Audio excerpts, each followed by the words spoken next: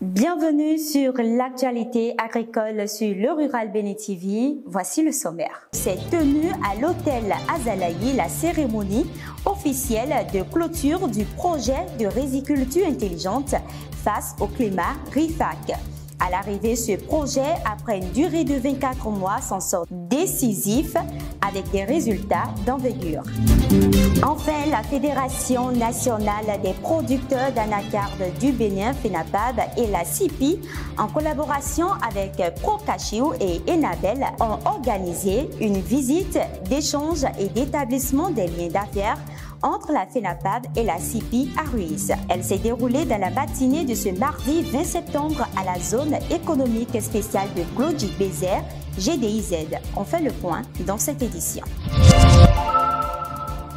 Bonsoir à toutes, bonsoir à tous. C'est au siège de la FUPRO Bénin que s'est tenue l'Assemblée générale ordinaire élective de l'Association nationale des producteurs de maïs du Bénin ce mercredi 21 septembre 2022. Au terme des travaux, un conseil d'administration de 13 membres a été mis en place. Moïse Étienne Siro a été reconduit à la tête de ce conseil pour un mandat de 5 ans. Cette activité s'est déroulée en présence de Athanas Aguia, président de la FUPRO Bénin, des représentants de la DIEL ROPA, de l'ATDA du pôle 2 et du PADAM. Suivant un extrait de ses propos. Aujourd'hui, lorsque je suis revenu, c'est de me charger à encore travailler plus. Ce n'est pas de faire la pagaille.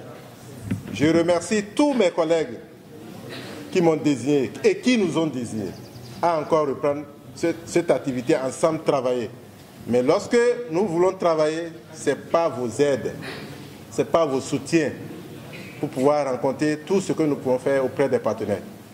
Je vous dis, nous jurons à partir d'aujourd'hui nos engagements envers tout ce que nous devons faire comme activité par la MPN Bénin. Nous sommes prêts et ouverts à travailler avec les partenaires. S'ils sont ici présents, ils écoutent. Nous voulons faire d'ici 5 ans qu'on dise que la MPN soit une filière qui va porter beaucoup de choses au niveau national. Merci beaucoup. Que Dieu nous aide et que Dieu vous accompagne pour la route que vous allez prendre tout à l'heure. Merci. Dans la commune de Soava, ACED a accompagné 3 coopératives agricoles à l'obtention de la certification SPG. La cérémonie de remise officielle s'est tenue ce mardi 20 septembre 2022. Cédric Bakpé et Sergio Abandjaï pour le reportage. 3 coopératives agricoles sur les 47 impliquées dans la transition agroécologique dans la commune de Soava, grâce à l'accompagnement de ACED, viennent d'obtenir leur certification SPG en vue d'une mise en marché de leurs produits. Une cérémonie de remise officielle a été organisée à leur intention. C'était en présence d'autorités locales et responsables d'organisations professionnelles agricoles. Nos producteurs, nos maraîchers aujourd'hui, parmi tant d'autres organisations, d'autres ONG, plusieurs groupements reçoivent aujourd'hui leur certificat. Je vous dis merci. Merci encore. Dorénavant, les produits issus de cette sachet d'eau que nous appelons mal pour nous devient nécessaire et va contribuer au développement de l'être humain. Je demande alors à ces groupements bénéficiaires, nouveaux utilisateurs du SPG, à tout faire pour respecter les principes du SPG qui sont l'énergie, l'équité, la nature et la santé. Je tiens également à réitérer l'engagement de la FUPRO à contribuer aux initiatives visant à la promotion de l'agriculture écologique et biologique, visant à la promotion de l'agriculture écologique et biologique comme alternative durable aux défis des changements climatiques, de production, de l'environnement et de la sécurité alimentaire. Pour en arriver à ce stade, les coopératives bénéficiaires ont franchi plusieurs étapes. Et il y a eu plusieurs étapes. Entre autres étapes, il y avait l'étape de renforcement de capacité. Nous les avons formés sur les itinéraires techniques des légumes qu'ils ont retenus pour soumettre ça à la certification. On les a formés également sur le processus de certification, comment ça se passe du début jusqu'à la fin. Nous avons composé et installé les groupes de contrôle au niveau donc sur le terrain, mais également au niveau donc de leur BLCC. Puis après, il y a les enquêtes de certification qui ont été réalisées. Et c'est après la réalisation de ces enquêtes-là que nous avons finalement décidé d'octroyer le certificat à ces 3 groupements et la mention aux membres de ces groupements-là qui ont respecté ces normes. Il reste bien d'autres coopératives pour lesquelles ACED n'entend pas baisser les bras. C'est d'ailleurs aussi le souhait des maraîchers bénéficiaires. Cette initiative soutenue par le Comité français pour la solidarité internationale CFSI et le groupe de recherche et d'échange technologique de GRETS vise spécifiquement à faciliter la mise en marché sur les marchés de masse des produits agroécologiques cultivés à Soava. Dans la commune de Soava, nous avons accompagné 47 groupements de maraîchers dans la transition agroécologique. Mais sur les 47, seulement 3 groupements ont obtenu aujourd'hui la certification SPG Bio. Donc vous convenez avec moi que nous avons cette lourde responsabilité d'accompagner les 44 autres groupements qui restent pour obtenir la certification et d'accompagner tous ces groupements à accéder à des marchés plus rémunérateurs. Nous avons reçu nos certifications aujourd'hui. La population pourra désormais consommer des produits sains. Nous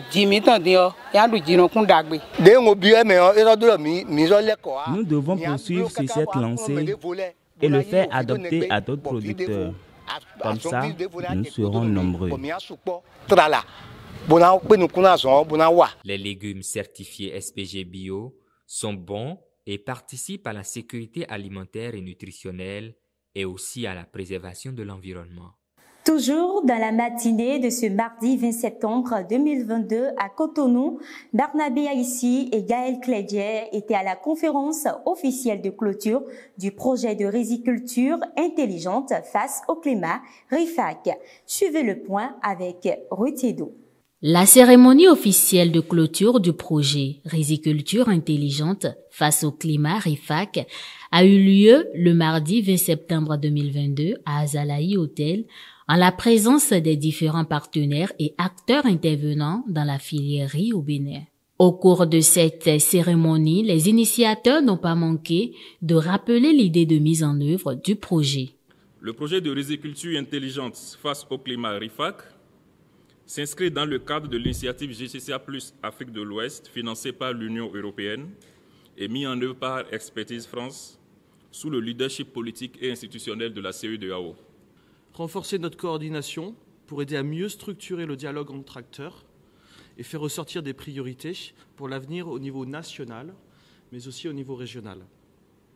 Nous avons besoin de nous adapter à ce nouveau contexte pour adapter une meilleure riposte. Après 2 années d'exécution du projet RIFAC, les résultats obtenus sont convaincants et source de fierté. Se sont améliorés et les revenus aussi à des niveaux importants. Si j'ai bien compris, nous sommes passés pratiquement de moins de 2 tonnes à plus de 3 tonnes donc de rendement à l'hectare. Et pour les revenus, il y a eu une augmentation, une amélioration de 22%, un peu plus de 20%. Donc c'est déjà ça. Et les leçons tirées de l'expérience devraient nous permettre d'aller plus loin, du moins dans les phases de réplication donc, de l'expérience. Les participants à cette cérémonie n'ont pas manqué de formuler des doléances, lesquelles indexent la continuité du projet. Continuons avec cette journée du mardi 20 septembre, au cours de laquelle la Fédération nationale des producteurs d'anacarde du Bénin, FENAPAB, a échangé au sein de la GDIZ avec la Société d'investissement et de promotion de l'industrie CIPI Bénin, qui développe la zone. Voici le point. Ils sont plus d'une quarantaine de leaders de coopératives, accompagnés des autorités de la filière anacarde, à se rendre dans la zone économique spéciale de Glodic-Bézère, GDIZ. C'était à l'occasion d'une visite et d'échange organisée par la Fédération nationale des producteurs d'anacarde du Bénin, FENAPAB, et la Société d'investissement et de promotion de l'industrie CIPI, en partenariat avec Procachou et Enabel.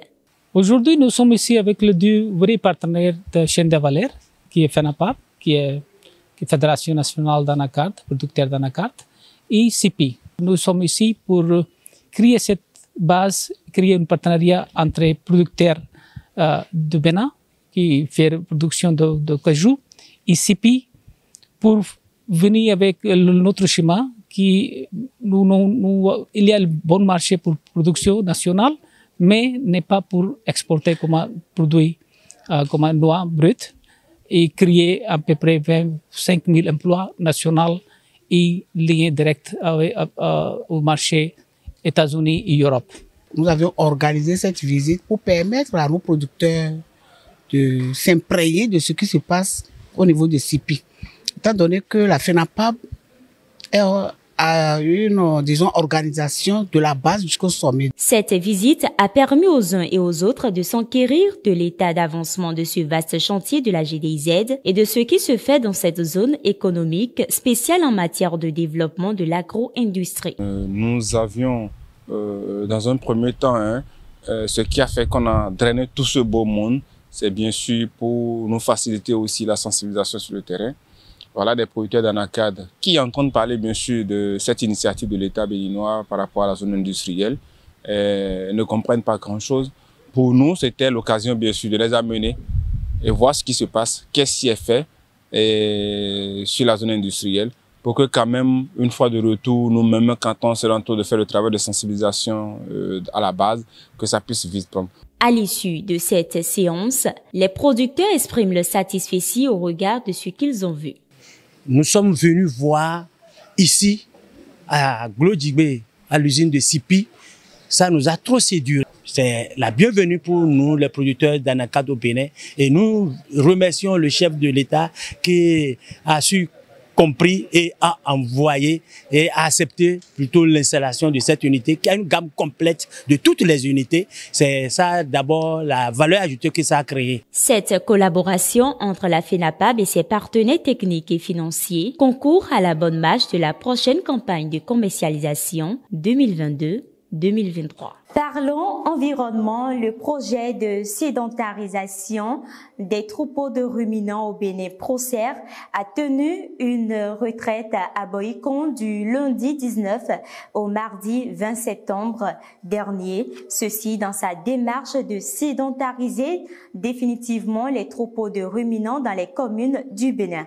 Il faut noter qu'à l'issue de cette rencontre, une feuille de route est élaborée pour permettre d'assurer la délivrance des actes de sécurisation foncière au profit des bénéficiaires. Après la retraite de Boïcon, le procès sera également à la rencontre des autres acteurs et cadres techniques des mairies à Lokossa, à Porto-Novo, à Latitengo et à Kandi. La Fédération des unions de producteurs du Bénin, Frupo Bénin, a organisé une assemblée générale pour faire un point des activités menées et se conformer aux nouvelles décisions du gouvernement. Elle se déroule ce jour à Boïcon. On y reviendra dans la prochaine édition pour plus de détails. De l'autre côté des frontières, précisément au Togo, les travaux de construction des 2 unités de transformation du soja 100% local au sein de la zone industrielle d'Adé-Tikopé ont pris fin et seront bientôt opérationnels. C'est ce qu'a annoncé la plateforme industrielle d'Adé-Tikopé, PIA, dans une vidéo à travers ses différentes plateformes digitales. Les dites usines ont été établies avec un coût total de 25 millions de dollars, soit environ 16 milliards de francs CFA et ont la capacité de transformer 100% de la production annuelle locale au Togo, à peu près 240 000 tonnes de soja. Dotées d'une unité de raffinage, les usines pourront produire de l'huile de soja comestible, des tourteaux déshuilés, la lécithine, du soja Ipro, des morceaux de soja, du soja grillé et de la farine de soja. Rappelons que cet exploit fut à travers une collaboration de la PIA et le mécanisme incitatif de financement agricole MIFA. Après la première édition tenue en 2019, le deuxième festival international de la noix de coco s'est ouvert mardi dernier à Accra, au Ghana. Il est lancé par l'African Coconut Group avec le soutien de la Ghana Export Promotion Authority. GEPA et a pour thème repositionner le secteur de la noix de coco du Ghana pour un agenda d'industrialisation accélérée. En lançant l'édition 2022, le directeur exécutif du GEPA, Asabea Asare, a indiqué l'objectif poursuivi par la filière au Ghana, atteindre 2,8 milliards de dollars de recettes d'exportation. C'est ainsi qu'on fin ce journal. Merci de l'avoir suivi et à très bientôt.